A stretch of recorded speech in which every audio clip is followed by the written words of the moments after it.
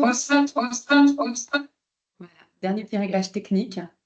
J'espère que vous nous entendez bien. Voilà, je suis avec Timothée Keya. Je suis Anne-Laure Daniel pour ceux qui ne me connaissent pas encore. Je ne sais pas s'il en reste qui ne me connaissent pas encore, mais au cas où je me présente, je suis la directrice du développement et du digital chez Adéquancy. Et je suis très heureuse de vous accueillir pour cette nouvelle session et dernière session de l'année de notre cercle de conférences Experiency. Je vois que vous continuez à arriver sur le côté au fur et à mesure, c'est génial. On est déjà plus de 50 participants. Et je vous présente Timothée Keya. Timothée, bienvenue chez nous. Bonjour. On est ravis de Merci. t'avoir à nos côtés. Timothée, il est reconnu pour son expertise sur les problématiques de biodiversité, de changement climatique et surtout de l'intégration de ces sujets dans l'entreprise. Tu as cofondé Oui, Ecodev, voilà, et depuis déjà combien d'années maintenant? 15 ans. 15 ans, tu accompagnes les entreprises dans leur développement et leur transformation face à ces challenges. On a un petit plan un peu ambitieux pour ce matin, parce qu'on avait envie de traiter plein de sujets. Alors, on va peut-être pas respecter l'ensemble de la trame, et s'il faut, on doublera la conférence, parce qu'il y a beaucoup de choses à dire. Mais on va prendre le temps de plonger dans des exemples concrets. L'idée étant de vous donner des armes pour quand vous arrivez en mission, vous sachiez porter ces sujets-là au cœur des CODIR et des COMEX que vous allez intégrer, pour aider à prendre la dimension systémique de ces questionnements et puis avoir quelques clés d'activation pour mettre en place les plans clairement et les feuilles de route. Voilà, alors j'espère que le programme vous plaît, j'espère que je suis fidèle à ce qu'on s'était dit. Oui. L'idée étant de faire surtout un temps d'échange, donc vous pourrez poser vos questions sur la petite conversation comme d'habitude. Vous mettez vos questions au fur et à mesure. On les voit à l'écran, donc soit on les traite à l'écran en même temps, soit on les reprendra tout à la fin. Ne vous inquiétez pas.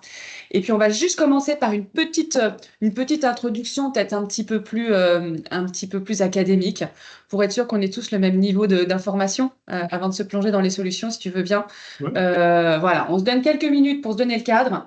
Et puis après, on rentrera un petit peu plus dans de l'interaction. Merci pour cette invitation et cette introduction. Donc effectivement, si je dois me représenter très rapidement, moi je m'appelle donc Timothée Keya. J'ai cofondé un cabinet il y a 15 ans, dont l'objectif est de travailler sur tous les sujets de durabilité et les indicateurs socio-environnementaux. Donc effectivement, je vais tenter autant que possible de vous partager un certain nombre de bonnes pratiques ou de retours d'expérience pour justement intégrer ces notions dans le monde de l'entreprise. On a un petit programme qui est assez dense. On a voulu beaucoup de cas pratiques qu'on balayera probablement pas tous, mais on vous enverra les documents, comme ça vous permettra de vous appuyer dessus, parce que l'idée des cas pratiques, c'est surtout de vous permettre d'avoir des cas peut-être de confrères ou de structures très proches dans lesquelles vous êtes amené à intervenir pour pouvoir justement parler des voisins et de leurs initiatives. Voilà, donc sur l'introduction, l'idée c'est principalement de reprendre la philosophie et revenir à la racine ou à la base de ces enjeux de RSE, qui est un sujet très à la mode et tout le monde en parle, donc c'est très bien, mais c'est toujours intéressant de revenir sur les fondamentaux. Et j'ai repris quelques dates clés en fait qui ont amené quand même un certain nombre d'enjeux, de prise de conscience plutôt du citoyen, de l'entreprise sur des limites et sur des situations on va dire, qui montre à quel point il va falloir et il faut changer nos fonctionnements, nos habitudes. Bon, je ne vais pas regarder ou prendre les détails de toutes ces dates, mais vous rappeler pour certains les enjeux avec Nike sur le travail forcé des enfants, donc en 97, où on peut reprendre l'effondrement du Rana Plaza sur la mode également, mais d'autres enjeux ou d'autres difficultés, on va dire, que les entreprises ont à traiter, par exemple leurs déchets, si je prends les enjeux de marée noire en 2010 ou de plastique avec Danone qui a été assigné en justice. Voilà, je voulais juste vous illustrer un certain nombre de faits de société qui ont amené finalement à ce que cette dimension de RSE devienne un enjeu stratégique. Et à la base, la RSE, c'est un concept plutôt américain dont l'objectif est de travailler sur les risques et de travailler sur cette durabilité d'un modèle d'affaires en évitant tous ces écueils environnementaux, sociaux qui amènent pour certains effectivement des drames, on va dire, humains et ensuite des problématiques de boycott ou des problématiques de croissance tout bêtement.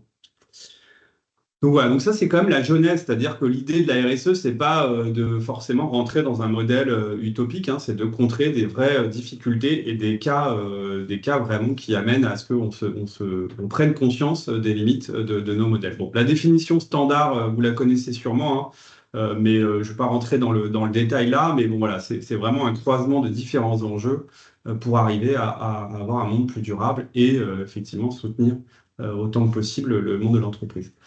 Euh, Souvent, on met cette notion de RSE face à deux gros enjeux.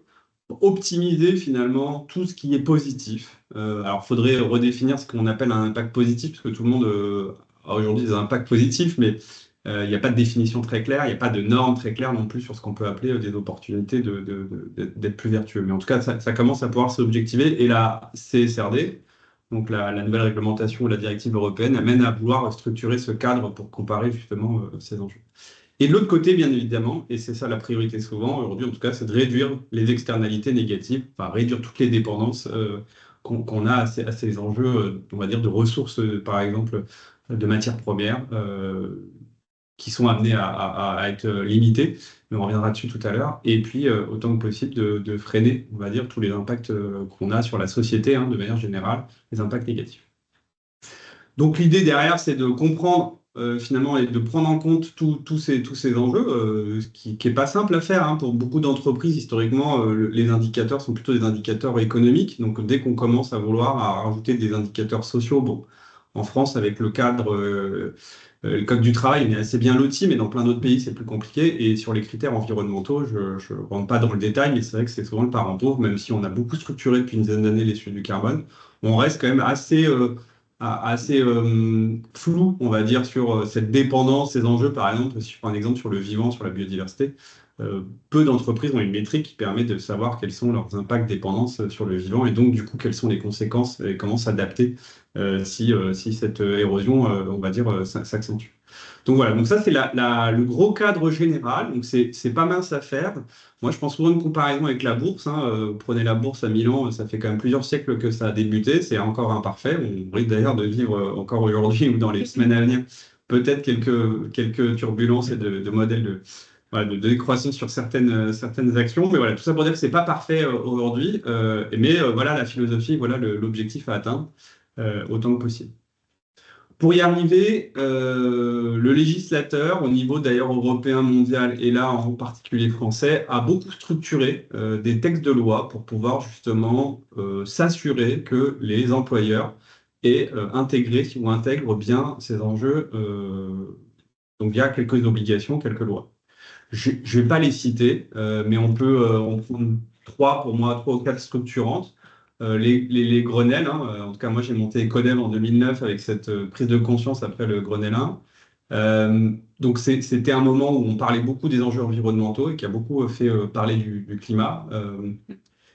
On peut prendre un autre exemple sur la loi Copé-Zimmermann sur l'égalité homme-femme, où là, on va dire 10 ans avant MeToo, on a commencé aussi à bien identifier qu'il y avait peut-être dans notre société une difficulté à avoir un équilibre sur les sexes et sur le pouvoir associé, enfin dans les entreprises en tout cas. Et puis peut-être la dernière, la CSRD, qui est une bonne révolution parce que la philosophie est extrêmement structurante. Et donc enfin, j'ai envie de dire, on a un cadre législatif qui permet d'être assez constructif, puisque du coup, à la différence de ce qu'on entend, ce n'est pas sanctionnant du jour au lendemain. On a 2, 3, 4, 5 années pour se mettre en conformité. Et l'idée, c'est de regarder ce qui ne va pas bien, non pas pour être négatif, mais pour s'améliorer et pas se voiler la face sur les enjeux environnementaux et sociaux.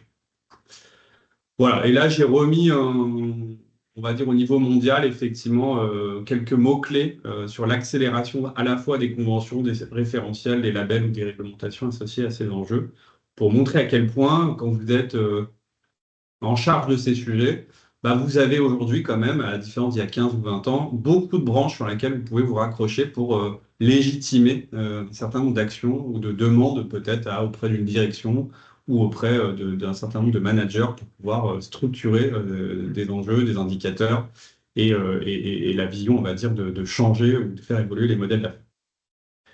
Voilà, sur la petite intro qui était Ouais, non, mais c'est très bien. À mon avis, mais bon. On retient quand même que c'est un modèle de gestion de risque en fait, hein. Aujourd'hui, s'attaquer à la RSE, c'est pas une contrainte juste pour être social, enfin, admis de l'extérieur, que ce soit par ses clients, ses investisseurs, etc. Mais que c'est vrai, une vraie gestion de risque pour que on soit plus robuste face à un contexte fluctuant. Alors, il y a deux, ouais, voire même trois approches possibles. Il y a l'approche militantiste qui est souvent portée par les responsables RSE, des salariés lambda. Et donc là, effectivement, après une prise de conscience, après probablement des mouvements, des actions de sensibilisation, des ateliers comme la fresque qui est là présente derrière nous. Mais euh, on a envie d'agir parce qu'on comprend qu'il y a un sujet, et il n'y a que l'action d'ailleurs qui permet d'arrêter d'être anxieux. Donc ça, si vous discutez avec un psychanalyste, il va vous dire, et j'en ai rencontré un il n'y a pas très longtemps, une table ronde qui disait, mais moi je suis extrêmement rassuré en fait de la situation actuelle, de l'éco-anxiété et de tous ces patients qui viennent me voir, parce qu'aujourd'hui c'était un tiers à un quart de ces patients, alors qu'il y a 10 ans, il n'y en avait quasiment pas. Et il me dit, bah, en fait, puisque ils verbalisent leur enjeu sur le climat, on sait quel est le problème et on sait les soigner, en fait. On peut les aider. Quand vous n'êtes pas conscient du problème et que vous ne le verbalisez pas, vous êtes dans le déni. Et quand vous êtes dans le déni, c'est compliqué de vous soigner. Voilà, bon, tout ça, petite parenthèse. Mais donc, du coup, il y a ces profils très militants, très action. Donc là, vous n'allez pas avoir les mêmes approches. Mais on reviendra dessus sur la fin. Je pense que c'est une clé du changement et des accompagnements de transition. Il y a les profils qui sont beaucoup plus réglementaires, qui sont beaucoup plus Compliance pure. Ouais. structurés sur, on va dire, une approche à minima. Et donc là, bah, c'est bien parce qu'aujourd'hui, il y a des textes de loi, il y a des sanctions, il y a des actionnaires, il y a des banquiers, il y a des financiers qui demandent à ce qu'on intègre ces règlements dans notre fonctionnement. Et puis, effectivement, après, il y a toute une démarche, on va dire, beaucoup plus fédératrice ou pragmatique qui est liée à ces gestions des risques, qui est liée à ces gestions de modèles, on va dire, qui sont peut-être moins durables, qui vont droit dans le mur. Et là, donc, c'est plutôt voilà, une approche plus pragmatique, j'ai envie de dire. Plutôt au niveau du CODIR, du coup. Et C'est des sujets de gouvernance. souvent, le CODIR est très sensible au sujet de la gestion des risques, Ouais. une cartographie des risques et bien évidemment au sujet réglementaire ou actionnaire en fonction du modèle capitalistique et de la taille de la structure. Quand vous êtes une structure avec des actionnaires à IDO ou on va dire dette, c'est pas tout à fait la même chose que quand vous êtes une entreprise familiale. C'est sûr. Voilà, donc il y a quand même ces nuances à avoir en tête, mais c'est sûr qu'une direction est très sensible à la cartographie des risques, aux enjeux de risque aujourd'hui. Okay. Alors aujourd'hui, c'est toujours vécu comme une contrainte par les CODIR ou de moins en moins? Ça commence à se voir comme une opportunité ou ça reste quand même une contrainte? J'ai parce que du coup, effectivement, c'est au départ quelque chose d'assez attractif parce que sur le papier, pour les clients, pour les investisseurs, pour les salariés, c'est quand même quelque chose qui est assez séduisant. Aujourd'hui, rares sont les salariés qui veulent travailler dans une entreprise qui ne va pas avoir cette dimension. Aujourd'hui, beaucoup de DRH me disent, mais en fait, on a un vrai problème de recrutement. Parce que effectivement, on n'est pas bien structuré, on n'a pas mis en avant, ou on n'est pas compétent sur un certain nombre d'enjeux que les salariés souhaitent, surtout un certain nombre de jeunes diplômés. Mais c'est censé effectivement aussi être une vraie opportunité qui est souvent annoncée, mais qui est quand même rarement dans les faits déployée. Non, mais il y a une phrase assez bateau que tous les managers de transition peuvent avoir ou doivent avoir. Et moi, le premier, on parle beaucoup de risques qu'on va transformer en opportunités ou de contraintes qu'on va transformer en opportunités. C'est la phrase un peu bateau, mais qui dans les faits a du mal à être déployée. Donc voilà, on le cite souvent entre ce côté, c'est effectivement positif et on voit que ça va dans le bon sens. Moi, je dis simplement que soit on continue dans une direction qu'on sait être souvent sur plein de modèles d'affaires destructrice à la fois de valeurs, mais aussi de modèles économiques, c'est-à-dire de modèles de récession. Enfin, on sait très bien, si on prend un exemple d'actualité, le monde de l'automobile, ça fait 20 ans qu'on sait que le monde de l'automobile va probablement avoir des difficultés en Europe. On est dans un parc vieillissant, on est dans un modèle voilà, de pauperisation quelque part de la mobilité et des véhicules. On le sait. Bon, il y a en 2015, hein, Jean-Marc Ayrault, ministre à l'époque, nous avait dit il faudrait faire des véhicules de moins de 3 litres au 100 pour s'assurer qu'on puisse avoir un pouvoir d'achat et plutôt miser sur des petits véhicules. Tous les constructeurs étaient sortis de Matignon à l'époque et avaient validé cette trajectoire à horizon 2025. Donc, j'en parle parce que c'était censé être demain. Et on voit que ce qui a pris on va dire le monopole, c'est plutôt les gros SUV. Enfin voilà, ça a été tout l'inverse de ce qui avait été dit il y a une dizaine d'années. Et donc, on voit bien effectivement cette difficulté d'aligner les visions, on va dire, qu'il faut avoir, et puis les moyens ou les rentabilités aussi. Voilà, donc du coup, bon, je ne vais pas rentrer dans le détail de ce slide qui est un peu lourd, mais c'est voilà, pour avoir des traces un peu écrites pour vous. Euh, donc voilà, en tout cas, il y a plein de leviers aujourd'hui. Et en fonction du CODIR, du COMEX et de la sensibilité des dirigeants et dirigeantes, on voit bien qu'on va activer un levier plutôt qu'un autre. Ok. Il y a ceux qui sont, on va dire, très liés à un contexte capitalistique, auquel cas les investisseurs, les fournisseurs, enfin, les parties prenantes, les réglementations sont très, très importantes. Quand c'est des structures plus familiales, on voit que l'image, dans le luxe par exemple, hein, les salariés, enfin, c'est vraiment les leviers, voire les clients les plus importants. Et ils y vont, d'ailleurs, ils mettent très très loin, ils vont très haut dans leur supply chain, etc. Les entreprises du luxe, hein. C'est pas des... Voilà. Enfin, certaines vont vraiment de façon Bah, poussée dans leur... aujourd'hui, pour beaucoup, elles ont vécu à la fois des crises environnementales et des crises sociales et ou des crises sanitaires, enfin bref, si on prend là les dernières années. Et donc, dans ces moments, elles ont eu des difficultés à s'approvisionner ou à vendre. Enfin bref, donc du coup, elles ont eu des difficultés. Et donc, pour beaucoup, voire des polémiques, hein, prenez le cuir et le luxe, il y a quand même beaucoup de polémiques sur la souffrance animale. Et donc, du coup, effectivement, on voit bien qu'il y a certaines maisons qui ont complètement internaliser leurs fournisseurs, c'est-à-dire qu'ils ont racheté des fermes, ils ont racheté des terrains et ils maîtrisent de A à Z toute la chaîne de valeur pour justement contrer ces risques. On peut citer, enfin, je ne vais pas citer forcément le nom là, mais voilà, enfin, il y a des très grandes maisons du luxe qui effectivement ont complètement été intégrées avec ce raisonnement et c'est souvent et c'était historiquement piloté par la RSE. D'accord. Et alors, comment on fait au niveau des CODIR pour passer des actions plutôt isolées à cette vision plutôt stratégique? On a une question là qui nous demande si voilà, c'est de la gestion des risques ou c'est une transformation vraiment voire complètement stratégique. Aujourd'hui, on a l'impression d'avoir des initiatives qui font Alors, bien, qui s'agrègent les autres, c'est déjà pas mal. Et comment on passe de l'action isolée à une vraie stratégie? alors c'est bon, c'est toute la difficulté. Alors, je vais prendre des cas peut-être pratiques pour illustrer la réponse, mais globalement, moi, j'ai tendance à dire et à constater surtout euh, que c'est la somme des actions qui vont permettre de finalement transformer un certain nombre de compréhensions et de modèles par la suite.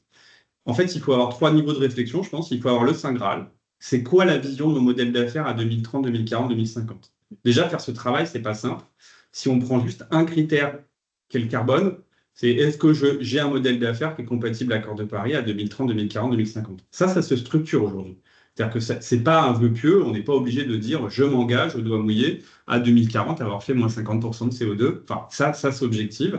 Il y a des enjeux sectoriels, il y a des enjeux de chaîne de valeur, il y a des enjeux de mon point de départ et mon point d'arrivée. Enfin voilà, donc tout ça, ça se calcule et ça se structure. Une fois qu'on a fixé ça, bon, par exemple, je peux citer, il y a l'ADEME qui a lancé des méthodologies, acte pas à pas, acte évaluation, il y avait des bilans carbone, il y a encore, enfin voilà, il y a tous ces outils qui amènent, qui sont imparfaits, hein, mais qui amènent quand même à avoir une vision très claire. Si je prends un exemple dans le retail, c'est est-ce que je continue à pouvoir vendre du meuble plutôt, par exemple, que de louer? Et donc, je peux faire des scénarios pour voir dans quelle mesure je peux ou pas être compatible à l'accord de Paris. Donc ça, c'est le socle. C'est-à-dire que si on n'a pas ça et qu'on ne se met pas d'accord sur une vision, et c'est ce qui se passe aujourd'hui, hein, c'est qu'on a les autres étapes, c'est je fais plein d'actions qui sont des actions avec des ROI à court terme, en visibilité ou autre. Donc c'est Décorréler les unes des autres qui peuvent avoir finalement, qui pourraient avoir des contre-impacts ouais, alors par rapport aux autres en plus. qui peuvent avoir que des impacts positifs, mais qui sont effectivement décousus, quoi. Et donc, du coup, qui ne donnent pas une visibilité et une clarification des moyens, on va dire, à moyen et long terme, à mettre en œuvre.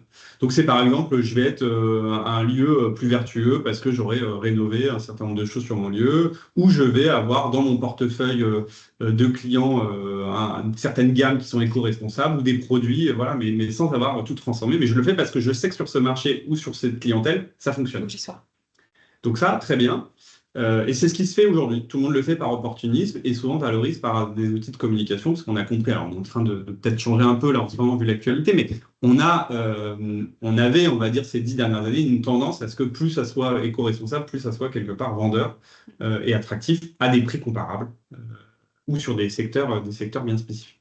Et puis après, il y a l'entre-deux. J'ai commencé à mettre des actions et j'ai commencé à avoir une vision et j'essaye de raccrocher les deux, c'est-à-dire j'essaie de raccrocher des opérationnels à une stratégie d'entreprise. Et là, bah, la réponse, elle est extrêmement difficile à apporter. Ça dépend vraiment de la gouvernance, de la maturité, des ambitions et du modèle d'affaires. C'est-à-dire que quand vous avez pour 90% des modèles d'affaires qui ne sont pas et qui ne seront pas compatibles à l'accord de Paris, il faut le dire. Et à partir de ce constat, c'est qu'est-ce qu'on fait pour essayer de muter, d'évoluer Vers des modèles à vers l'usage. des modèles à l'usage, par exemple, des modèles de service, des modèles avec de l'éco-conception plus intense. C'est ce que font bien des gens dans le retail, c'est qu'ils prennent la parole, ils testent, et puis il ne faut pas se stresser. C'est-à-dire que on ne va pas dans le stress faire les choses bien.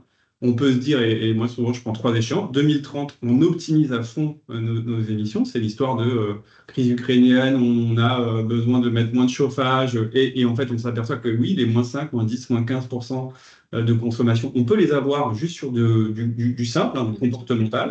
Après 2030-2040, il va falloir investir lourdement, mais si on y réfléchit avant, on saura où investir lourdement sur des changements productifs. Et de 2040 à 2050, c'est plutôt les modèles d'affaires qu'il va falloir faire évoluer. Mais plutôt à cette échelle-là. Ouais. Moi, j'ai tendance à juste donner ces horizons, parce que si on donne un horizon qui est de dire l'année prochaine, j'accompagne des gens dans le meuble, non, mais des gens dans le meuble, dans le retail, sur des gros volumes, le PDG a bien compris qu'il va falloir faire de la location, de la réparation, travailler sur des modèles différents. Mais donc, il m'a dit, on sera très bon pour faire de la décroissance de vente. C'est simple de faire de la décroissance, on va être très très bon. Par contre, comment on aligne les actionnaires, les clients, les systèmes productifs, et donc faut mettre l'organisation en danger. Faut en mettre, c'est impossible. Donc, soit on l'accepte et on se dit, bah, par exemple, et on aurait pu le faire après le Covid, il y a des secteurs d'activité qu'on sait être néfastes et ou négatifs ou pas compatibles, enfin bref, on peut avoir le vocabulaire qu'on veut, et ben on aurait pu ne pas les refinancer en acceptant qu'il y a un drame social associé et les accompagner dans une transition. De toute manière, c'est de la transition, elle est toujours, je passe d'une situation A confortable à B qui est confortable ou stable, avec cette période de perturbation. Okay. Cette période de perturbation, est-ce qu'elle est accompagnée? C'est ça la grosse difficulté. Et on voit que politiquement, aujourd'hui, c'est ça qui fait qui pêche. C'est que le financement, par exemple, de la transition, elle est difficile, quoi. Ouais. Alors, tu nous as préparé des petits cas pratiques, je crois, ouais. Hein, pour qu'on rentre un petit peu dans ce qui est fait, ce qui est possible. Et peut-être que tu auras peut-être des petites erreurs ou des écueils à nous partager. Ouais. Alors, après, bon, du coup, j'ai un autre cas. Mais effectivement, là, j'ai une douzaine d'exemples. Je ne vais pas tous les balayer. En tout cas en détail, mais c'est pour vous montrer à quel point, par exemple, on a des cas très concrets. Là, vous avez un cas Porsche qui, finalement, cette année, a eu une zone complètement inondée en Suisse. Donc là, risque climatique, ça s'identifie, les risques climatiques.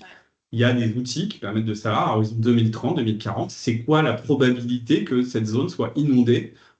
Avant, c'était tous les 50 ans. Demain, on sait que ça sera tous les 2 ans. Voilà, la probabilité, 80%. Après, vous faites ce que vous voulez avec ce genre de probabilité, mais quand on a ce genre de probabilité, on pense en tout cas que les dirigeants doivent s'approprier. Donc là, voilà, du coup, du chômage, des problématiques d'approvisionnement. Enfin, j'ai mis les impacts et les négatifs ou opportunités. Et si vous voyez là sur les slides, les S2, E2, E5, S4, etc., c'est les ESRS, là, c'est les catégories d'enjeux liées à la réglementation CSRD. Voilà, c'est tout simplement pour vous dire. Donc G1, c'est de la gouvernance, S1, c'est du social, E, c'est de l'environnement. Voilà, pour avoir des grands faits. C'est pas détaillé, mais l'idée, c'était effectivement d'illustrer des manques de rentabilité liés à des productions, on va dire, impossibles. Et donc là, c'était sur un mois, 5% du CA qui a disparu du jour au lendemain. Je pourrais prendre des exemples. Hier, j'étais avec le comité de direction de Mobivia. Mobivia, c'est Midas, Noroto, Carter Cash, ATO. Vous prenez un risque, le cyberpiratage, ça a plombé beaucoup de rentabilité en Allemagne sur ATO du jour au lendemain pendant un mois. Donc c'était un gros déficit pour eux en chiffre d'affaires. Et là, il y a quelques semaines, Valence, le drame de Valence, c'est trois Noroto et on en parlait hier, pas de drame humain, donc ça, ils étaient très contents. Mais si c'était arrivé à d'autres horaires, il y aurait eu des clients, des voitures de clients, voire des salariés qui étaient sous l'eau. Et là, ils ont perdu 3 magasins en un claquement de doigts. Donc, c'est vraiment un sujet qu'il faut prendre en compte. Et donc, ça, c'est simple de faire une cartographie des implantations et de regarder la sensibilité. Ça se joue presque au-delà aussi d'une entreprise seule. C'est aussi la cartographie des territoires avec les concentrations, les pôles économiques. Ça remet en cause l'artificialisation des sols, l'implantation. Voilà, ça remet en cause un certain nombre de développements, effectivement. Mais l'entreprise doit prendre sa part là-dedans. Moi, je pense à minima qu'un codir qui veut travailler sur une stratégie RSE doit se dire, c'est quoi mon risque environnemental? Ça illustre parfaitement le risque environnemental. C'est très concret et on n'est pas dans faut être à moins X% de CO2 à 2040 sans savoir comment y arriver. C'est concrètement. C'est une activité opérationnelle, là. Bon, pour un autre exemple, on travaille avec des gens dans l'aéronautique où en fait, on regarde quelles sont les implantations dans le monde de tous les fournisseurs pour voir quelles sont celles qui ont des zones de canicule intenses, parce que ça va avoir des coûts de climatisation et des coûts sociaux beaucoup plus élevés. Ça, on sait l'objectiver. Et donc, ils ont pris la décision sur certains sites, en Amérique centrale en l'occurrence, de dire, en fait, on arrête d'investir. Le plan était, on continue d'investir, de grandir jusqu'à 2030. Quand ils ont regardé les trajectoires qu'on leur a mis en œuvre, on leur a dit, vous pouvez continuer à investir, mais regardez les trajectoires de coûts associés et probablement les risques de gens qui ne vont pas pouvoir travailler, parce que quand vous avez 45 degrés pendant un mois, ça coûte très cher en clim, ou tout simplement les gens ne viendront pas, parce que entre chez eux et l'usine, 45 degrés en vélo, par exemple, dans des pays où il y a pas, ils ne sont pas tous motorisés, c'est pas simple. Ça paraît évident, mais rares sont les COMEX et les entreprises qui le pilotent bien et qui le structurent. Bon, là, il y a le cas Interface, je ne vais pas rentrer dans le détail. Eux, ils ont beaucoup repensé l'économie circulaire associée à leur production de moquettes. Et donc, typiquement, ils ont eu des résultats. Alors, ils ont commencé en 96 sur le sujet avec un visionnaire, enfin, un dirigeant visionnaire, vraiment pour travailler sur le modèle même régénératif. Donc, le modèle régénératif, c'est un peu le Saint Graal. C'est comment je peux m'assurer qu'en continuant mon modèle, finalement, je sois plus vertueux que négatif. Et donc, c'est par exemple, si je dis à mon client, tiens, quand tu achètes, tu fais ça en contrepartie et la contrepartie est extrêmement positive. Ou mon fournisseur. Bon, eux, ils ont des super résultats. Là, c'est plutôt sur des côtés énergétiques gains, c'est-à-dire 89% d'énergie renouvelable dans les usines, mais ça fait 96% de réduction de CO2, 80% de réduction et de mise en décharge de la moquette. Donc, en termes de chiffres, ils sont quand même assez importants. Et plus de 50% de leurs matériaux maintenant sont biosourcés. Voilà, donc c'est un travail de longue haleine, mais c'est des cas industriels productifs où on dit que sur 20 ans, ils ont réussi à changer leur modèle productif via leurs appros et leur fonctionnement. Ouais, c'est vrai que le plus challengeant là-dedans, c'est la partie plutôt matériaux recyclés et biosourcés, parce que la partie énergie renouvelable, certes, c'est un coût, c'est un investissement, il faut le piloter, mais c'est peut-être quelque chose, un des leviers les plus matures, finalement. Oui, sauf que si tout le monde s'y met du jour au lendemain, il n'y aura pas assez d'énergie renouvelable. Donc, oui. Et on arrive que sur l'équilibre de notre réseau, par ailleurs. Ça se pilote un peu. Et la capacité n'est pas infinie en croissance. Mais oui, c'est un levier qui est assez simple et reconnu effectivement la partie biosourcée haute. C'est pour ça que c'est d'ailleurs une échelle de temps assez longue. Ouais. Le capot Checo, ça c'est une usine qui a été repensée dans le nord de la France, assez bien repensée. Bon, alors ça reste une petite structure où des modèles de conseil, des modèles de visibilité permettent de compenser le manque productif. Donc il est bien parce que très inspirant et très complet, mais il n'est pas non plus duplicable à des échelles très importantes. Mais c'est sympa, c'est quand même un producteur de papier où on se dit le papier, oh là là, on tue des forêts pour le papier. Et en fait, lui, il est carrément dans ce modèle Regen. Je fais du papier, mais je rends plus à la nature que ce que j'en prends. Exactement. Donc ça, c'est pour ça que le côté inspirationnel, philosophique est hyper intéressant. Après, il n'est pas compatible, on va dire, avec tous les systèmes productifs. Je nuance un petit peu, puis les modèles d'affaires ne sont pas non plus... faut accepter d'avoir un modèle. En fait, ce modèle est génial, mais il n'est pas simple à diffuser auprès d'un COMEX si vous leur dites, voilà, on aura des revenus limités, on aura une approche de rentabilité. Et de la permaculture dans le jardin. Voilà, il est un peu avancé pour peut-être un certain nombre de COMEX encore aujourd'hui. Le Caronin, que je trouve très sympa, c'est des gens qui font des sirops. Donc effectivement, ils ont beaucoup travaillé sur les filières de différentes matières, sur la partie citron, vanille, etc. Et ils ont réussi, sur l'eau, en tout cas, en quelques années, à peine 10 ans, à diviser par 2,5 à peu près la consommation d'eau sur un litre de produits vendus. Ils sont vraiment penchés sur le sujet et ils régénèrent aussi un certain nombre de modèles de production comme le citron yuzu ou autres, via des démarches vraiment d'agriculteurs soutenus et accompagnés dans une transition de monoculture intensive à des modèles agroécologiques. Ouais. Si on regarde par exemple ce qui s'est passé en Espagne, on n'a pas eu beaucoup de débats sur la monoculture intensive espagnole et sur l'artificialisation des sols. Pour info, en termes de tendance, quand vous faites du maraîchage diversifié de l'agroécologie, l'eau est absorbée 10 fois plus que quand on est en monoculture intensive. Donc si on se dit autour de Valence, changeons. Il y a 63 salariés chez Pocheco. Et pour répondre à la question. Et donc, du coup, voilà, sur la partie agriculture, ça a d'autres co-bénéfices que simplement le modèle en soi d'approvisionnement. Parce que autour de Valence, c'est beaucoup de monoculture intensive. Et certains ont essayé de prendre ça n'a pas été médiatisé, de dire si on n'avait que du maraîchage diversifié autour de Valence, probablement qu'en absorbant 10 fois plus d'eau, on n'aurait probablement pas eu ce genre de conséquences. Et pour Mona, juste, donc c'est quand même une marque de sirop premium. Il y a aussi l'histoire de la destination des produits, parce qu'on parlait un petit peu de prix équivalent, d'acceptation marché. Comment ça se passe pour une entreprise comme Mona quand on passe en biosourcé? On a des surcoûts de production. Comment ils l'absorbent? Comment ça va sur le marché? Je ne sais pas répondre à toutes ces questions. Moi, je ne vais pas tous accompagner ces gens-là.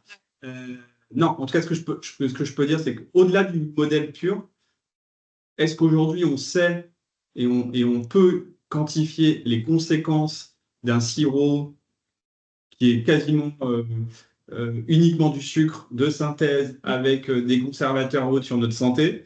On a du mal à le mesurer, mais on sait, il y a des études là, de la FAO ou récemment l'ANSES aussi qui a beaucoup effectivement parlé de la malbouffe et des conséquences sur notre santé. Donc je pense qu'il y a un argumentaire et il y a aussi une compréhension du grand public sur le sujet. C'est-à-dire qu'on sait qu'aujourd'hui, peut-être que c'est quand même plus simple pour soi d'avoir des produits qui sont plus sains. Donc effectivement, le surcoût, je pense sur un sirop à 3 euros versus 3,50 € pour avoir des produits plus sains et plus éco-responsables, je pense qu'il se market bien aujourd'hui. Il y a une maturité aujourd'hui du consommateur sur ces sujets-là. Je pense, en tout cas, ils n'ont pas l'air de s'en plaindre. Après, Mona a aussi beaucoup de débouchés B2B. Ouais, ils sont beaucoup dans les, Ils sont beaucoup dans les bistrots, etc. Où effectivement, bon, voilà, c'est pas cette différence de marge qui va plomber, on va dire, la réflexion du restaurateur. Okay. Et puis après, l'autre réponse qu'avait sorti Biocob, il y a des énormes études ou autres, c'est qu'on mange trop, on boit trop dans notre pays, souvent. Enfin, malheureusement, il y a des gens qui ne mangent pas à leur faim à la fin du mois, mais ou tous les jours. Mais de manière générale, on mange trop carné, trop sucré, etc. Donc en fait, il vaut peut-être mieux dire on achète un tout petit peu plus cher et un peu meilleur. Ça compense là. Ça, il y a pas mal de modèles. Bon, Aramis Auto, donc ça, c'est plutôt un modèle qui est né vraiment du sujet d'un modèle beaucoup plus d'occasion quelque part. Donc c'est du reconditionnement, c'est vraiment leur modèle. Et donc là, ils explosent effectivement avec les sujets de véhicules d'occasion. Donc voilà, bon, ils sortent beaucoup sur cette vague de moins de véhicules neufs et plus d'occasion sur le territoire. Ikea a beaucoup travaillé sur plein de choses. C'est marrant parce que Ikea, c'était un des premiers cas avec qui on avait travaillé sur le marketing il y a déjà plus de 10 ans sur le sujet, par exemple, mobilité, où en fait les gens du marketing voyaient que la mobilité le week-end avait tendance à chuter au regard des coûts de la mobilité et de l'essence. Et donc, en plus, quand vous venez chez Ikea pour acheter une cuisine, vous venez 3 ou 4 fois. Vous venez, vous regardez, après vous venez, vous comparez, après vous venez, vous allez faire votre devis, et puis vous venez pour repartir avec. En gros, vous avez plusieurs passages. Et en fait, ils s'apercevaient qu'il y avait une chute, une montée du web, une chute de certaines fréquentations sur certains magasins. Et donc, ils se sont dit, voilà. Donc, ils ont beaucoup travaillé. Alors, ce n'est pas l'exemple là que j'ai cité, mais ils ont beaucoup travaillé sur l'approvisionnement.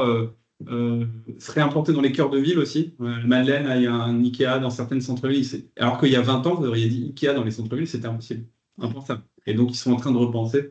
Et ça, sur toute la chaîne de valeur. Donc, bon, je ne vais pas rentrer dans le détail parce que sinon, on ne tiendra pas les délais, mais c'est hyper. Non, mais c'est vrai que ça impacte quand même aussi beaucoup le côté accès au marché. Ouais, et puis eux, ils travaillent beaucoup sur les risques associés aux matériaux, sur le côté aussi recyclable. Là, ils commencent à avoir vraiment un travail de fond. Bon, c'est pas parfait, mais en tout cas, c'est un très très gros. Donc, voir qu'un très très gros est capable de bouger sur des enjeux vraiment de chaîne de valeur, c'est intéressant.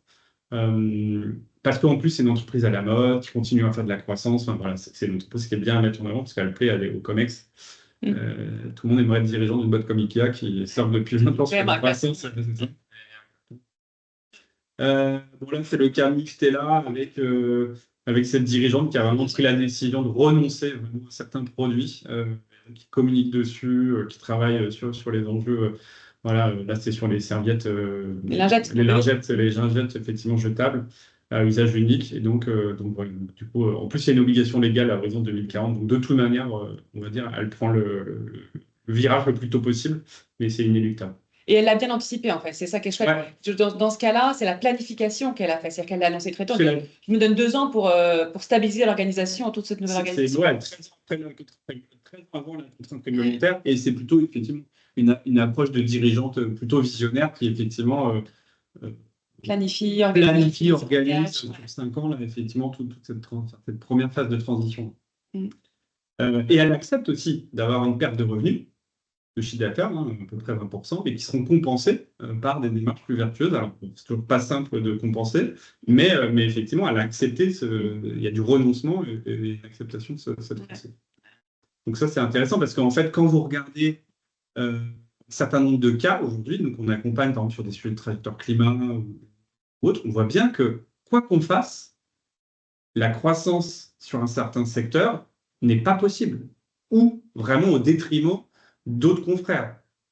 Et même pour certains, si vous prenez par exemple le sujet aujourd'hui de l'électronique, de l'électroménager, enfin la matière première comme le cuivre ou comme l'acier ou autre, de toute manière amène à ce qu'on n'ait plus la capacité de vouloir avoir de l'hypercroissance comme on le faisait depuis 20 ou 30 ans. Ouais. Et donc ça, c'est des limites physiques, c'est des limites que certains commencent à constater. Et donc, comment on contre ce sujet, quoi? Est-ce qu'on se dit on fait du plus luxueux avec plus de marge? C'est ce qu'on fait le monde automobile avec les SUV, en fait. Un SUV, c'est beaucoup plus rentable que des petites voitures. Ça a beaucoup de conséquences, mais c'est ce qu'a fait le monde automobile depuis 15 ans. On augmente son EBITDA, sa marge avec du SUV, mais on sait que ça va à l'encontre des trajectoires qu'on s'était engagé sur les sujets, par exemple, climatiques. Donc là, on a vraiment cette opposition. Voilà, on commence à avoir des exemples. On revient beaucoup quand même sur les enjeux systémiques et écosystémiques, c'est-à-dire qu'on se rend compte aussi que là, on voit des cas d'entreprises qui ont pris leur supply chain en main, mais finalement, ça va au-delà de leur supply chain. Et l'idée, c'est aussi de travailler par filière intégralement pour pas. C'est dur de se lancer seul aujourd'hui dans la RSE face à ses concurrents si personne n'y va. Ah bah, sur certains sujets, c'est limite impossible. Clairement, à part si on est le gros donneur d'ordre qui peut imposer. Carrefour a ses fournisseurs, un IKEA a ses fournisseurs, ont un poids quand même de négo assez élevé. Mais vous êtes le fournisseur. Ça se compte sur le doigt d'une main, cela. Voilà. Et en plus, le poids est des fois limité, parce que même si vous êtes un gros dans le numérique, quand vous avez une usine semi-conducteur en Asie, c'est compliqué d'imposer ce qu'on veut. Voilà, donc du coup, effectivement. Après, il y a 15 ans, on avait ce raisonnement de pouvoir le faire en étant innovant, pionnier, en étant capable de sortir du standard, faire le pas de côté, et donc du coup, de le faire un peu comme on voulait. Aujourd'hui, non, clairement, ça devient très contraignant, mais on est passé d'une phase où on était à vouloir vraiment réduire à maintenant comment on s'adapte. La période a changé. On est vraiment dans l'adaptation aujourd'hui. On continue à vouloir faire l'atténuation de tous ces enjeux, mais l'adaptation, parce que les limites, on les a vécues. Moi, j'ai un ami qui, alors c'est une anecdote, mais c'est un ami qui est trader depuis 20 ans, voilà, qui est un gros trader et qui dit, mais en fait, dans nos modèles financiers, on a vécu sur 5 ans des crises qu'on avait modélisées en termes de crack, boursier, etc., mais qui sont arrivées sur une durée tellement courte comparée à ce qu'on imaginait. Vous prenez le Covid, prenez la crise des semi-conducteurs, vous prenez certaines pénuries, des enjeux géopolitiques, la crise ukrainienne, voilà, il nous dit, mais en fait, on savait que ça allait arriver à l'échelle de la planète sur l'enjeu. On le sait, on le modélise, mais pas sur une durée de 3 ans. Ou 3 ou 4 ans. Donc là, ils nous disent, bon, bah, il dit, moi, je sais qu'à horizon 2030, on va avoir économiquement des vraies filières qui vont disparaître ou chuter très rapidement économiquement, en tout cas, capitalistiquement parlant, en tout cas, parce que c'est pas possible, quoi. C'est comme un assureur qui vous dit, bah, en fait, il y a des modèles que je ne peux plus assurer. Aujourd'hui, vous prenez les panneaux solaires dans une partie de la France. Les assureurs disent je ne veux plus les assurer parce que trop de salles, trop de vent, trop de risques. En fait, en maintenance, donc on dit qu'il faut mettre des panneaux solaires partout sur les toits des gens, mais les assureurs disent mais moi je ne veux plus les financer. Et on peut aussi comprendre leur problème de modèle, les deux s'entendent. Hein.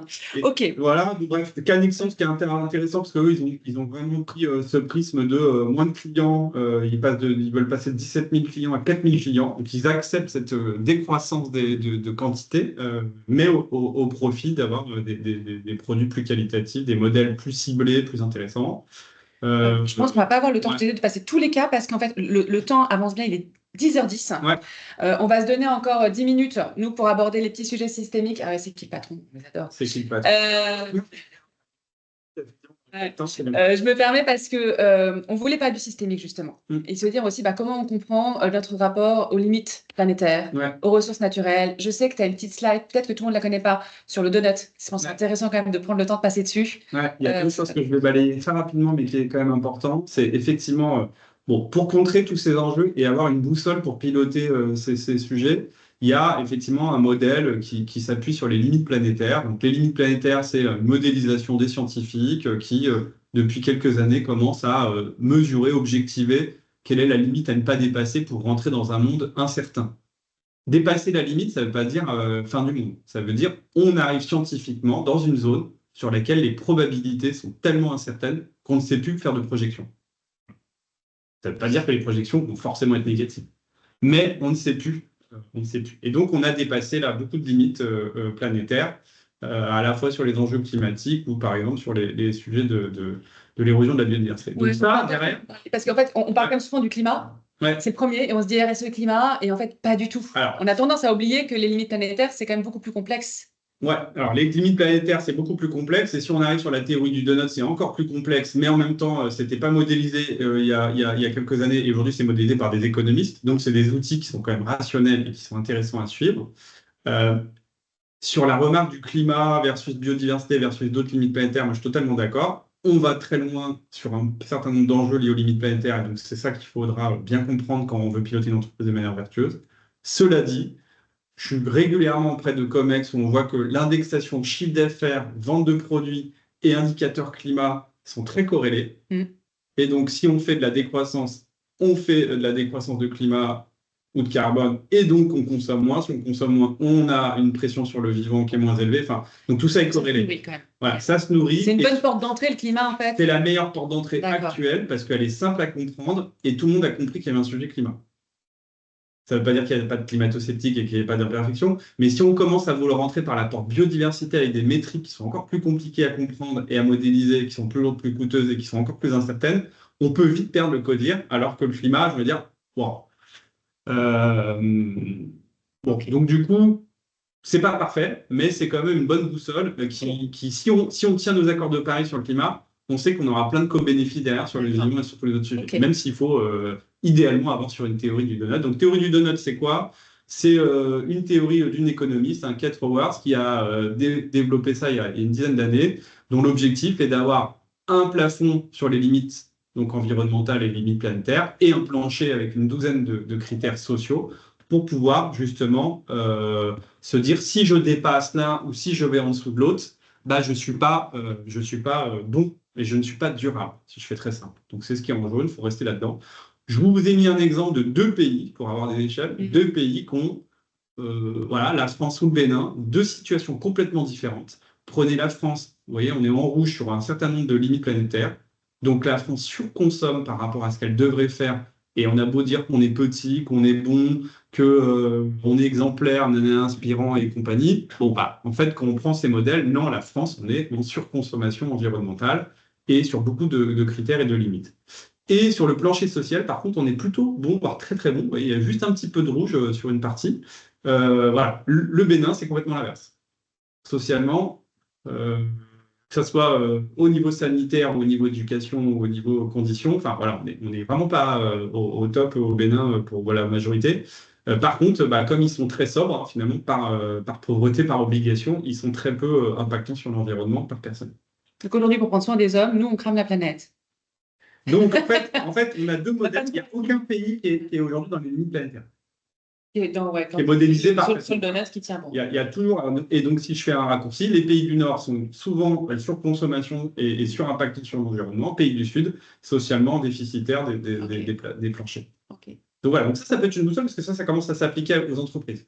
C'est pas simple à modéliser, mais il y a des outils qui permettent d'y arriver. Donc voilà, donc une stratégie RSE, en fait, c'est ni plus ni moins que de reprendre ce genre de guide pour pouvoir le mettre dans une stratégie d'entreprise et de dire si je veux que mes limites planétaires ne soient pas dépassées ou que mon plancher social soit conservé, bah voilà les stratégies, voilà les visions, voici les approches que je dois avoir. Et donc, je reviens sur mon modèle d'affaires, ma chaîne d'approvisionnement, mon renoncement ou le développement de nouveaux marchés. Génial. J'ai mis un certain nombre de cas d'études pour montrer de chez KPMG ou de Mazars, enfin, ouais, des cabinets qui sont crédibles aux yeux des COMEX, peut-être plus que des cabinets comme le nôtre, un peu trop pure player pour certains, mais qui vont permettre de montrer qu'en plus, il y a des chiffres clés ou des avantages à différents niveaux. Pour en revenir à la place de nos managers de transition qui arrivent dans des CODIR établis, des COMEX établis, quels sont les leviers qu'ils peuvent utiliser pour porter ces sujets-là, pour lancer une démarche? Ouais. Je suis en mission, les sujets ne sont pas pris en compte et c'est mon rôle d'apporter ces risques-là et cette gestion de risque. Ouais. Comment je fais? C'est quoi les leviers que j'active? Alors, pour moi, le levier numéro 1, là, on a annoncé plein de choses très pragmatiques, très factuelles, avec des cas et des outils qui ne sont pas simples et c'est pas en une demi-heure ou trois quarts d'heure qu'on va tous les détailler, mais en tout cas, voilà, vous pouvez vous raccrocher à ces branches. Moi, je pense qu'il y a un vrai sujet, c'est quels sont les réflexes spontanément qui permettent de changer les comportements. Parce qu'en fait, c'est ça derrière. Il faut accepter de changer ses comportements. Il faut accepter qu'un codir soit exemplaire. un codir qui va, par exemple, comme on voit beaucoup, avoir des gros SUV, des gros véhicules et demander à ses salariés de faire de la mobilité durable pour être plus vertueux sur le carbone, enfin, ça ne marche plus en termes de crédibilité, d'alignement, c'est compliqué. Donc en fait, comment on travaille sur ces sujets? Donc là, j'ai repris des enjeux de changement de comportement. Donc là, plutôt, désolé, j'ai une petite coquille à un thé inversée avec, bon, mais c'est pas grave. Donc là, aujourd'hui, on sait que spontanément, pour changer, on a des réflexes. On n'a pas des milliers, il y a la contrainte. Covid, on était confinés, c'était une contrainte. On a changé nos habitudes et on a compris un certain nombre de choses. Euh, les surveillances, la loi, enfin, voilà, c'est un autre levier. Les récompenses et les punitions, c'est deux leviers carotte-bâton quand ils En fonctionnent aussi entreprise. bien en entreprise. C'est quoi la punition d'entreprise? Bah, C'est pas ton bonus, c'est pas dans les objectifs d'indexation carbone de la boîte? par exemple, ça peut être un bon indicateur d'avoir une partie de son variable, surtout pour un COMEX, indexé à des critères environnementaux, ouais, ou des critères sociaux. Ça peut être un bon levier. Là, j'étais encore une fois avec, je disais, Mobia, mais eux, ils ont lancé des produits qui sont plutôt vertueux. Bah, ils font des challenges pour les commerciaux en disant pendant ce mois, ceux qui vendent le plus de ces produits sont mieux rémunérés que s'ils ne les vendent pas. Et ça commence à vivre avec les fonds. On avait une conférence la semaine dernière sur Ouais. le LBO où il y avait l'enjeu de mettre ces objectifs extra-financiers dans les objectifs au cœur de la relation avec son fonds. Moi, c'est ce qui me rassure en ce moment, c'est qu'il y a un alignement entre des actionnaires qui veulent avoir des indicateurs et des variables sur le sujet, des COMEX qui n'ont pas trop le choix que en vendant de l'argent, des dettes ou autres, que de mettre les moyens en face pour arriver. C'est pas parfait, mais ça, il y a 10 ans, c'était inimaginable, ou en tout cas, on voyait très très peu. Là, ça commence à devenir un... Il y a des vrais fonds d'investissement aujourd'hui qui engagent. Ouais. C'est payé. Avec plein d'imperfections, mais il y a une trajectoire qui est rassurante. L'éducation, quand vous expliquez aux gens les enjeux, les conséquences, etc., beaucoup ne sont pas bêtes. Je veux dire, quand on dit les gens sont bêtes, ils ne veulent pas comprendre, savoir, etc., c'est faux. Nous, on passe notre temps à faire de la pédagogie, on a, on va dire, beaucoup de changements de comportement grâce à cette éducation. Et la persuasion, donc ça, c'est plutôt l'argumentaire commercial, l'argumentaire technique, qui est aussi un bon levier, c'est-à-dire que d'aller voir quelqu'un pendant 1 heure et lui donner des choses actuelles, c'est bien, mais d'aller lui dire faux, ça marche aussi. Voilà. Spontanément, du coup, on a des réflexes qui sont ceux qu'on imagine, et je voulais avoir ce slide, ça prend 2 secondes. C'est Xavier Bribois, docteur en psychologie sociale, qui a suivi aussi une étude qui a été élue à Rennes, où en fait, vous avez une situation normale, les gens traversent au feu rouge dans 16% des cas. Donc 84% des gens s'arrêtent au feu rouge et ne traversent pas. Voilà. On sera en Danemark, c'est peut-être 100%, mais en France, c'est comme ça. Première situation, statut moyen, il y a quelqu'un qui va prendre l'initiative de traverser le feu, habillé comme moi, là, tout à fait classiquement. Je fais augmenter de 2%, donc quasiment rien, à la situation. Les gens s'arrêtent à 18% encore au feu et ne traversent pas, même si on a cette initiative de quelqu'un qui a un statut moyen. Statut élevé, 54% des gens suivent. On est conditionné. Donc, on met un homme attaché caisse, cravate, etc., qui traverse le feu. Porte des codes. Là, il y a 54, la majorité des gens vont suivre ce profil. Et ils ont fait la même chose avec un statut F faible, type SDF, en tout cas, voilà, marginal. Et bien là, il y a encore moins de monde qui va traverser le feu. Et donc, il y a ce côté, je ne veux pas suivre ce profil. L'entraînement. Tout ça pour dire qu'en fait, on est conditionné depuis 200, 300 000 ans, parce que c'est à peu près la période dans laquelle l'homme est arrivé sur la planète, à vivre des situations sociales. Et on n'a pas conscience, des fois, voire souvent même, de la manière dont on réagit, parce que voilà, on peut être agressif, on peut être souriant, mais en fait, on pense le faire pour une raison, mais des fois, souvent, on ne se rend pas compte. On est conditionné, on est des animaux sociaux, et donc ça, c'est important. Et des cas comme ça, il y en a plein, je peux vous en citer, c'est passionnant, qui montrent à quel point, quand vous dites « je fais ça pour telle raison », dans une grande majorité des cas, vous n'avez pas conscience de la vraie réalité. Pas la vraie raison. Ouais. Donc ça, c'est intéressant parce que ça permet de comprendre que dans un COMEX, quand vous discutez et que vous avez des relations, en fait, il va falloir inhiber un certain nombre d'habitudes. Et alors, comment on fait ça? Alors ça, c'est pas simple, il y a plein de leviers, je ne veux pas rentrer là dans le détail, parce que je ne veux pas dévoiler les travaux d'un docteur en psychologie qui a fait une thèse en 2 minutes, mais je pourrais, avec certains, il y a des clés, il y a des outils. Il y a par exemple, pour attirer l'attention, on a beaucoup parlé des nudges, par exemple, les nudges, sur la durée, ça ne fonctionne pas totalement, mais pour éveiller sur des nouvelles habitudes, ça fonctionne. Donc, inhiber l'habitude, on revient sur la contrainte, on revient sur le côté attractif, mais il y a fournir des raisons de changer et permettre de passer à l'acte. Donc, ça, c'est vraiment avoir en conscience quand on travaille sur les changements de comportement et sur les accompagnements de transition. Je pense que c'est des réflexes à avoir en tête. J'ai mis les premiers réflexes donc, pour répondre à cette question. Ouais. Plutôt que sur l'utilité des comportements, c'est-à-dire qu'il faut le faire pour telle raison, faut plutôt travailler sur l'attractivité. Il faut les rendre sexy. Il faut les rendre attractifs. Non, mais clairement, autant que possible. Ça, c'est les nudges. Ça, c'est les nudges. Alors, les nudges, c'est du jeu, c'est du... Le vélo à Paris, moi, ça fait 15 ans que je vais à des rendez-vous en vélo. Il y a 15 ans, c'était « mais t'es fou, c'est has-been, c'est dangereux, tu vas mourir, etc. » T'as pas les moyens d'avoir une voiture. Voilà. Non, mais pourquoi maintenant, c'est devenu la bonne. Hein, c'est quel vélo, comment tu fais, c'est quoi l'équipement, machin. Ouais. C'est devenu attractif. Et c'est pas les nudges qui ont fait ça. Il parle de son vélo électrique plus que de sa voiture dans les idées. Parce que on commence à donc voilà, donc on voit qu'il y a des mouvements comme ça qui deviennent attractifs. Et tant mieux.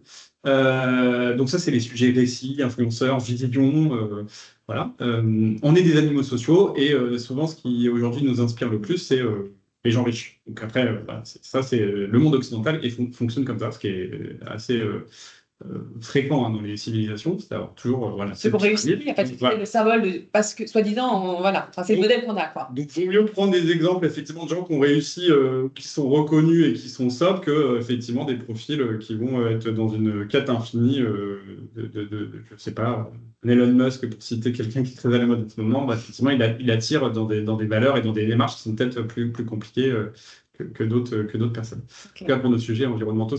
Inventer des stratégies d'influence. Donc ça, c'est travailler sur un parcours individuel en fonction des profils. Ça, c'est lié à quoi? Ça peut être aussi lié, par exemple, à la... Je ne trouve pas la théorie des alliés. Vous avez aujourd'hui des... C'est un peu la minorité active. Ouais. C'est-à-dire, je suis un peu tout seul de là, on commence à être 2 ou 3, on commence à nous regarder, on est 5, ça y est, on devient un pôle d'attractivité. C'est surtout, quand je suis auprès d'un COMEX, si je concrétise, j'ai une RH, en fait, je vais plutôt lui parler des enjeux liés à l'attractivité, à la marque employeur, au recrutement, voir comment, quand je vais aller voir le financier, je vais peut-être lui dire, il y a la CSRD, les actionnaires, l'obligation des cas qui va arriver. Quand je vais discuter avec les gens de la logistique, c'est mais tu n'as pas eu des problèmes d'appro, si, ça, des coûts, et donc peut-être que je vais te donner des booksols qui vont te permettre d'avoir des critères nouveaux, voilà, etc. Donc c'est vraiment travailler sur des parcours liés à des enjeux personnels, individuels. Et après, proposer des alternatives quand il y en a, parce qu'il n'y en a pas tout le temps, il ne faut pas se voiler la face, qui dépassent les objectifs pour englober un certain nombre de pratiques et d'usages qui vont plus largement.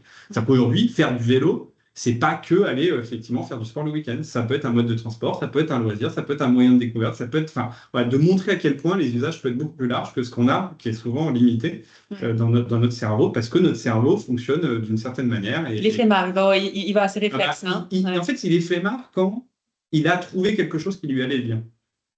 J'ai trouvé un endroit pour manger, c'est pas trop mal, c'est pas trop cher, j'y vais le plus souvent. Quand j'ai un mode de transport et que je sais que j'étais à l'heure, je ne vais pas trop m'embêter à en chercher d'autres. Mais le jour d'un déménagement, le jour d'un problème sur son véhicule autre, on trouve des alternatives. Les jours des grèves, comme aujourd'hui, on se retrouve à peut-être trouver des alternatives, etc.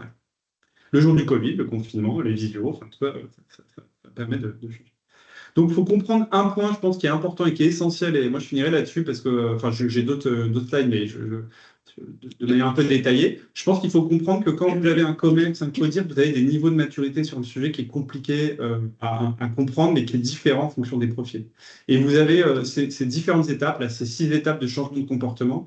Et en fait, si on veut être reçu et argumenté auprès de personnes qu'on veut faire changer, il faut comprendre à quel niveau de maturité ils sont sur le sujet. Vous ne pouvez pas faire venir quelqu'un en vélo du jour au lendemain, même s'il est à 3 km, si ça fait 20 ans qu'il est, avec sa voiture et qu'il est dans cette phase de pré-contemplation, c'est-à-dire qu'il n'envisage même pas le sujet, parce que pour lui, le vélo, c'est uniquement le loisir. Il va le vivre avec sa vie personnelle. Exactement. Donc, en fait, il faut essayer d'identifier, c'est pas simple, mais c'est un vrai levier, parce que sinon, on va s'user et vous allez vous user à convaincre quelqu'un qui ne pourra pas. Sachant que ces étapes, ça peut mettre 10 ans comme 2 semaines en fonction des leviers cognitifs. Et alors, concrètement, c'est absolument passionnant, ces clés d'influence. Mais ça, c'est quelque chose que tu présentes aux COMEX quand tu les accompagnes? Non, je ne leur présente pas, mais je leur dis. Tu leur dis? Je leur dis qu'autour de la table, bien évidemment, même si on est un CA ou un COMEX qui est soi-disant uni, et ils le savent bien, ils n'ont pas la maturité, les envies, les attentes, et donc on va essayer autant que possible d'avoir un socle commun déjà, et après aller, en fonction des profils dans leur métier, sur des avancées qui vont plutôt les satisfaire, par exemple. On a une question intéressante Ouais. qui nomme comme le greenwashing, on n'en a pas parlé parce que Ouais. voilà, c'est vrai qu'on peut arriver avec une vocation très vertueuse de dire je vais pousser ça et que ça soit récupéré par un entrepreneur. C'est une bonne idée, mais qu'il ne le fasse pas de façon sincère, Ouais. qu'il utilise un greenwashing. Qu'est-ce qu'on en dit de ça? Alors, moi, je prends souvent le sujet à contre-pied. Moi, j'aime pas ce terme de greenwashing pour une raison, c'est que beaucoup l'utilisent sans comprendre d'où ça vient. En fait, pour moi, le greenwashing, c'est... Alors, effectivement, soit c'est volontaire et on est dans la manipulation, on est dans la mauvaise foi, on est dans... je fais quelque chose d'énorme en communication sur un fait qui pèse rien Voilà. Mais moi, je peux pas... Enfin, là, je peux rien faire, en fait. Ce que je veux dire, c'est que si on a des gens de mauvaise foi ou si on a des gens qui veulent mal faire les choses, je n'ai pas de réponse, à part dire, bah voilà, vous êtes de mauvaise foi, et à part vous dire ça, je suis pas là pour solutionner, je suis un dictateur, voilà. Mais par contre, je vois beaucoup de cas de profils qui sont pas compétents et qui du coup font du greenwashing parce qu'ils sont pas compétents. De profils qui n'ont pas compris et imaginent effectivement. Donc là, la connaissance. voilà, ou se sont pas rendus compte que c'est comme sur le carbone. Si on dit bah je vais réduire mes émissions sur le poste direct de 80% et je suis génial, bah, c'est très bien. Mais si 80% du sujet c'est sur les émissions indirectes, c'est ce qui se passe, c'est ce qui s'est passé. Bah, clairement, beaucoup disent ah mais moi je suis hyper bon sur le carbone ou sur ci. En fait non, dans les faits, mais c'est pas dans ma chaîne de valeur. Donc après voilà, je pense donc il y a un sujet d'éducation quand même. Et d'accompagnement sur les éléments de langage. Donc nous en fait ce qu'on fait c'est qu'avec nos clients on leur dit bah voilà ça on pense que c'est légitime que vous preniez la parole. Ça, si vous le faites, vous pouvez le faire. Ne nous citez pas, parce que nous, on considère qu'effectivement, c'est un abus de vocabulaire, greenwashing ou pas, je ne sais pas. En tout cas, c'est pour nous pas scientifiquement tangible, par exemple. Est-ce qu'une des clés de réponse aussi, c'est de se dire, bah, savoir se faire entourer de quelqu'un de l'extérieur, parce que porter seul, quand on est manager de transition, c'est quand même une situation qui est déjà parfois inconfortable. Ouais. On est souvent rappelé dans des phases de transformation, donc avec des tensions sur le niveau de Ouais. gouvernance, etc. Y aller seul avec son home et son bouclier, Ouais. c'est un peu dangereux. Bah, c'est risqué, après c'est en même temps super challengeant, et en même temps c'est devenu à la mode. Ce que je veux dire, c'est que dire ça il y a 10 ans, c'était clairement être avec son bouclier et se prendre plein de coups. Aujourd'hui, moi je le vois dans des comex, dans des CA, ils attendent ce discours de vérité, ils attendent souvent Enfin, moi je peux aujourd'hui payer souvent à critiquer, et les gens sont contents. Parce qu'on est moins dans le déni qu'il y a quelques temps. Ouais. Donc on l'assume. Donc je pense qu'il faut l'assumer, après ça n'empêche qu'il faut avoir en tête ce que je viens de préciser. Voilà, sinon... Et il ne faut pas oublier qu'on est humain, c'est-à-dire qu'aujourd'hui, face à vous, vous avez des gens qui sont dans le déni de matérialité, dans le déni de responsabilité ou dans le déni de capacité. Je conteste les faits, en fait, ça n'existe pas, c'est pas de mon fait, ou je ne suis pas sûr que je vais pouvoir faire. Enfin, voilà, c'est logique. Il faut l'accepter, ça. Il faut l'accepter. Pas les juger. Ouais. Il faut anticiper pour essayer de leur expliquer pourquoi c'est faux. Aujourd'hui, on est tous libres à un moment donné de dire, bah, là, souvent on dit, ah, mais moi, j'ai pas le choix. En fait, si, rien ne vous empêche des fois de poser votre démission, sortir. Oui, c'est peut-être pas confortable. Mais je pense qu'on est beaucoup dans le déni de manière générale parce qu'on est conditionné à ne pas prendre de risques en fait. Ouais, okay. Et puis pour finir sur un slide plus structurant, mais ça je ne vais pas rentrer, c'est que voilà, j'ai mis des clés pour sensibiliser, former, analyser, c'est-à-dire en fait il faut prendre la mesure de l'engagement nécessaire et ça une fois qu'on est... Alors quand on est dans une marque qui fait des produits déjà éco-conçus, c'est pas pareil que quand on n'a rien commencé, donc je pense qu'il faut prendre la mesure de là où on en est pour arriver justement à ajuster. Et surtout, il y a une phase qui est importante, c'est la co-construction. C'est-à-dire que c'est important de dialoguer avec les parties prenantes, d'aligner, on va dire, d'avoir un consensus, quitte à ce que le consensus soit moins ambitieux que là où il faut aller. Mais encore une fois, on a la vision à long terme, on a le consensus à court terme, et c'est ces petites victoires qui permettent d'avancer. Sinon, ça fait parce que la bonne nouvelle, même si je suis en train de changer un peu ce que je dis depuis 10 ans, moi je vois rarement, jamais, plutôt maintenant rarement, mais historiquement, je voyais jamais de gens qui basculaient dans le monde de la RSE, dans ces enjeux et dans cette dynamique, et qui revenaient en arrière en se disant, en fait, je commence à faire plus propre, bah non, je reviens en arrière, je fais plus cracra. C'est-à-dire que ce truc-là, de revenir en arrière, l'humain, le progrès, en fait, ça peut être aussi un progrès management, managérial, social, enfin, le progrès, il n'est pas que technologique, il est aussi cognitif, et on voit bien que c'est quand même plus agréable d'avoir un peu plus de sens, et donc, je dis rarement parce que là, on vit avec des enjeux géopolitiques où on voit que c'est faux à certains moments. On a une dernière question sur qui est intéressante, il nous reste une minute. C'est quoi le bagage académique qu'il faut avoir si on veut porter une mission de transition, une mission de transformation RSE? Alors, c'est compliqué. Je pense qu'il n'y a pas une clé ou un bagage. Moi, aujourd'hui, je vois que ceux qui le font bien sont ceux qui ont quand même un bagage scientifique non négligeable, c'est-à-dire un bagage d'éléments tangibles, factuels, structurés et structurants. Parce qu'on est quand même dans les COMEX, dans des structures pragmatiques, rationnelles. Donc, en fait, je pense que ça, c'est un point. Aujourd'hui, il y a ceux qui sont dans un modèle aussi très financier, qui commencent à faire des projections financières en disant, on voit bien que conserver cette volonté de croissance sur des volumes hauts, c'est difficilement tenable en CAPEX, OPEX. Donc, on sent bien qu'il commence à avoir quelques DAF, les CAC qui commencent à monter en compétences, qui justement montrent un peu les limites. Il y a les profils aussi très visionnaires, qui sont hyper inspirants dans certaines structures. Bon, ça marche moins quand capitalistiquement, il y a des enjeux de rentabilité forts, mais en tout cas, on voit que ça a beaucoup embarqué les foules à un moment donné. Même dans des très très grosses boîtes, hein, on prenait Emmanuel Faber, Isabelle Cocher, chez Engie, Danone, enfin, c'est des gens qui ont embarqué quand même sur ces sujets, et c'est pas parfait, mais qui ont embarqué assez rapidement des très grosses structures. Voilà, et puis après, il y a encore une fois, c'est basique ce que je veux dire. C'est la ténacité, c'est la capable d'être dans la durabilité, d'être besogneux. C'est-à-dire que c'est sûr que voilà, ça ne se fait pas en un jour. Donc en fait, il faut être capable de tenir sur la longueur. Il ne faut pas imaginer que c'est un sprint et qu'en 6 mois, je vais tout transformer. Mettre la graine. Il faut accepter de mettre la graine. Il faut mettre des graines, il faut être capable d'être besogneux. Je pense que c'est le bon terme.